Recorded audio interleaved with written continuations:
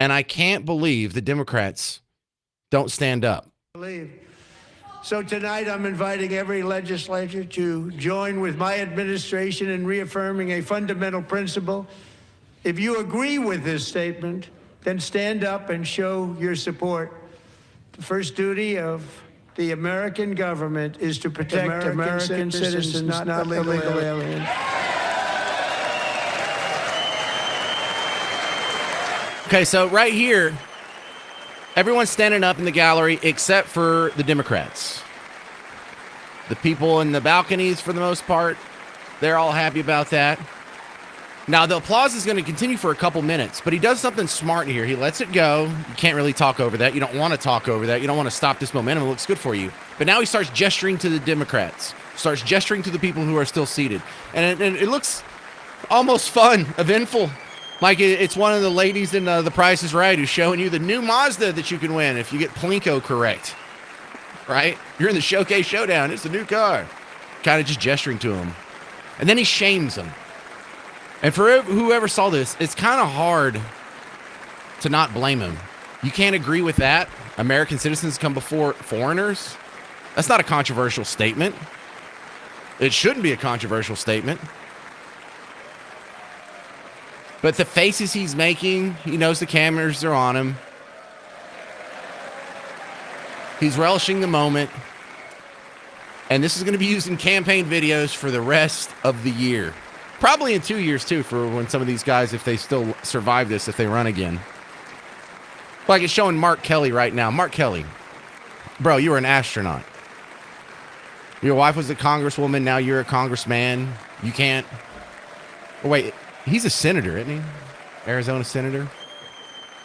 So this was the part that people were asking me about when I got to work today. Like my coworkers, they don't normally talk to me about the news, but they were asking me about this.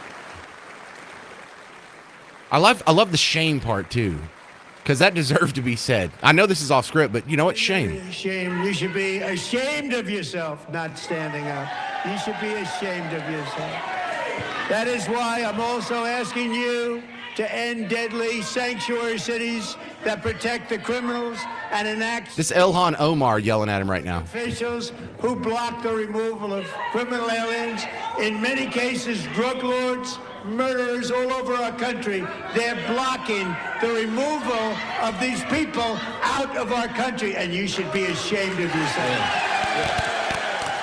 So the camera's on Rashida Tlaib, who's wearing a pin that says release the blank files, you know, to make fun of redacted. But the pin on the other side says F ICE.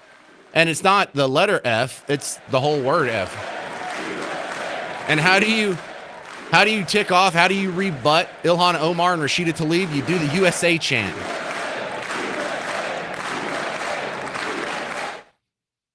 So that was kind of amazing right there. If you have one takeaway from the State of the Union last night, let it be that.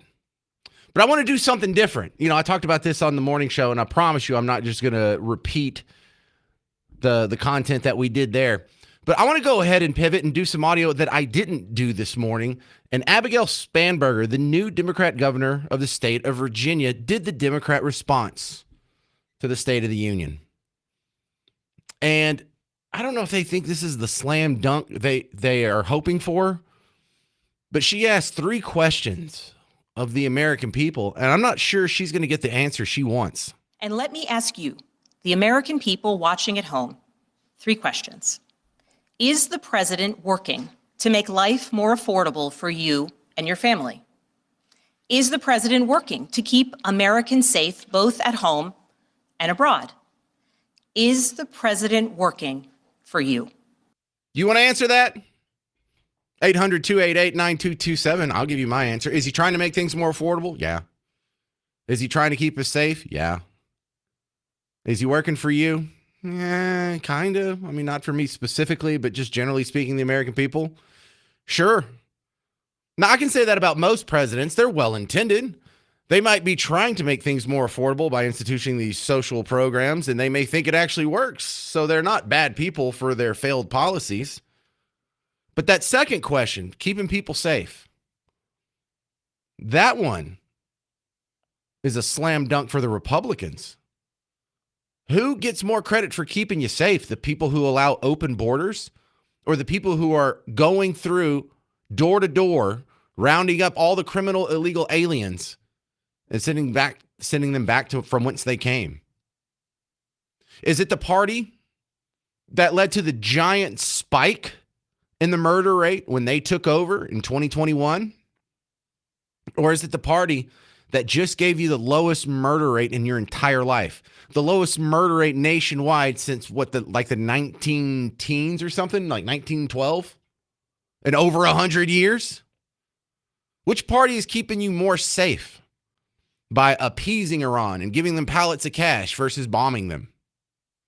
Which one makes Iran more powerful and which one makes Iran, your enemy, weaker? So the first question is kind of a push. I'll give Democrats credit in the fact that most of them, especially the small d Democrat like my neighbors and my friends, they think that their social policies, they think that their economic policies are making things more affordable. They're wrong, but at least they're trying and their heart's in the right place. But in that second one, they're not trying very hard. They can't import rapists and murderers fast enough. They're importing people who are not assimilating, who come from a country where rape is okay in some instances. Do I have to play the rape guys again? They're bringing in people by the millions who are not assimilating, who come from societies and cultures that believe it's okay to subjugate women, to make them wear headscarves, to treat them as second-class citizens, to deny them their full complement of individual rights as spelled out in the Constitution.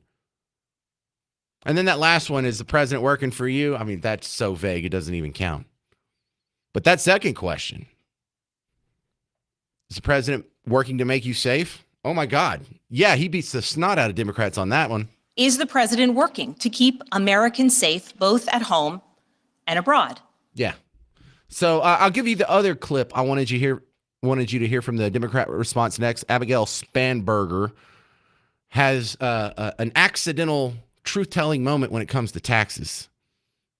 We will continue with the preview or the review of Trump's State of the Union next on News Talk 820, 93.3 FM, WBAP.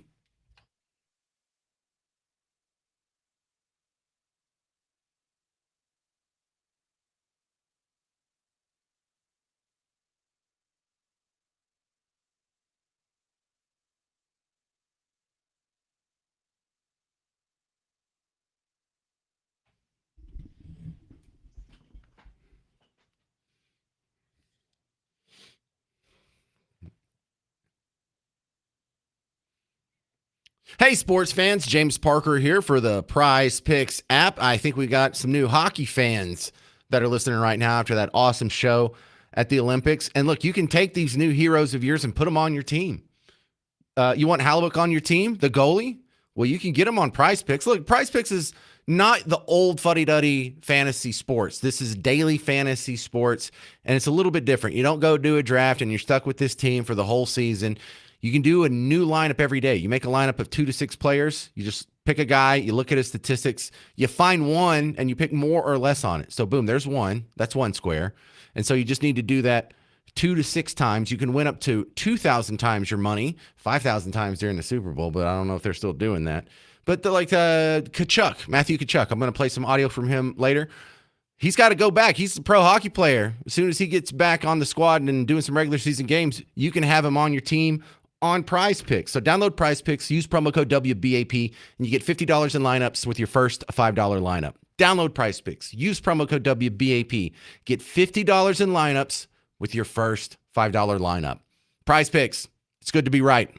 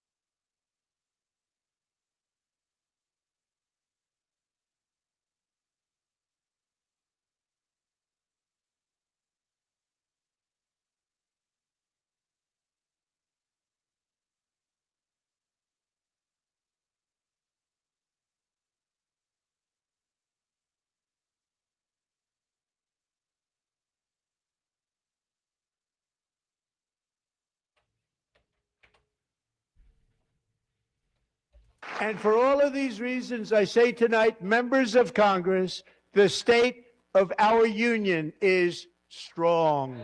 Hey there, welcome back to the James Show. News Talk 820, 93.3 FM, WBAP, your home for Markley, Van Camp, and Robbins. I wanted to play you one more clip there from the Democrat response, the rebuttal to the State of the Union, because we had two clips from Abigail Spanberger. She's the new Democrat governor of Virginia. And I think this was an accident. I don't think she intended to admit this. I think this was a boo-boo on her part. But Abigail, when you admit that the tax increases on corporations are paid by consumers when it comes to tariffs, you know, that applies to other taxes as well. You realize that, right? Because since this president took office last year, his reckless trade policies have forced American families to pay more than $1,700 each in tariff costs. Small businesses have suffered, farmers have suffered, some losing entire markets. Everyday Americans are paying the price. Oh, look at that. A little economics lesson there. Can we just remember that?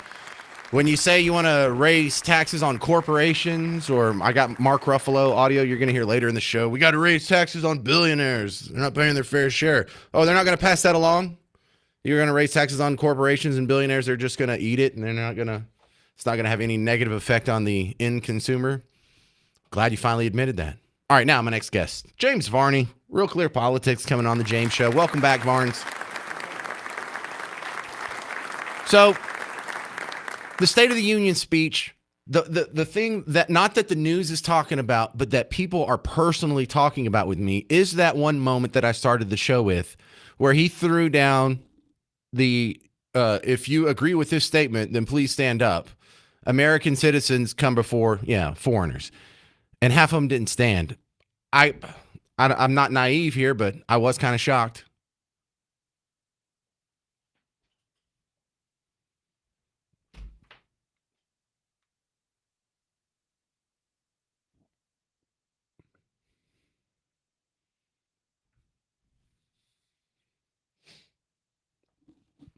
Tell me about that. I don't know what you're talking about. Who is they?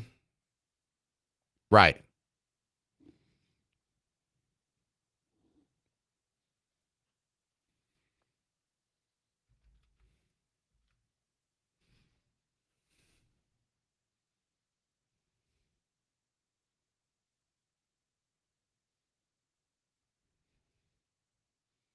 Dude, I know nothing about this. What channel was this on? Was this just on X or something?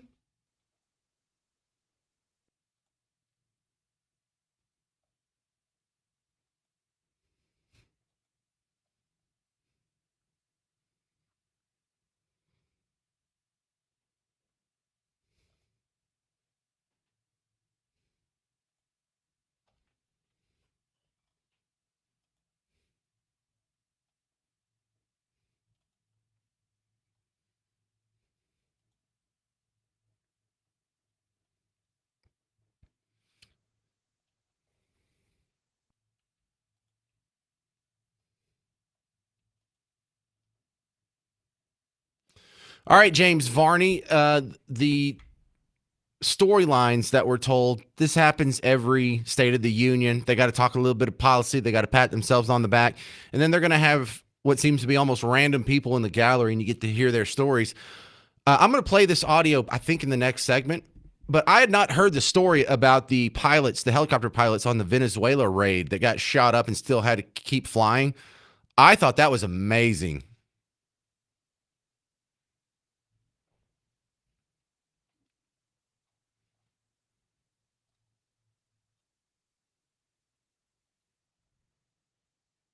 Mm-hmm.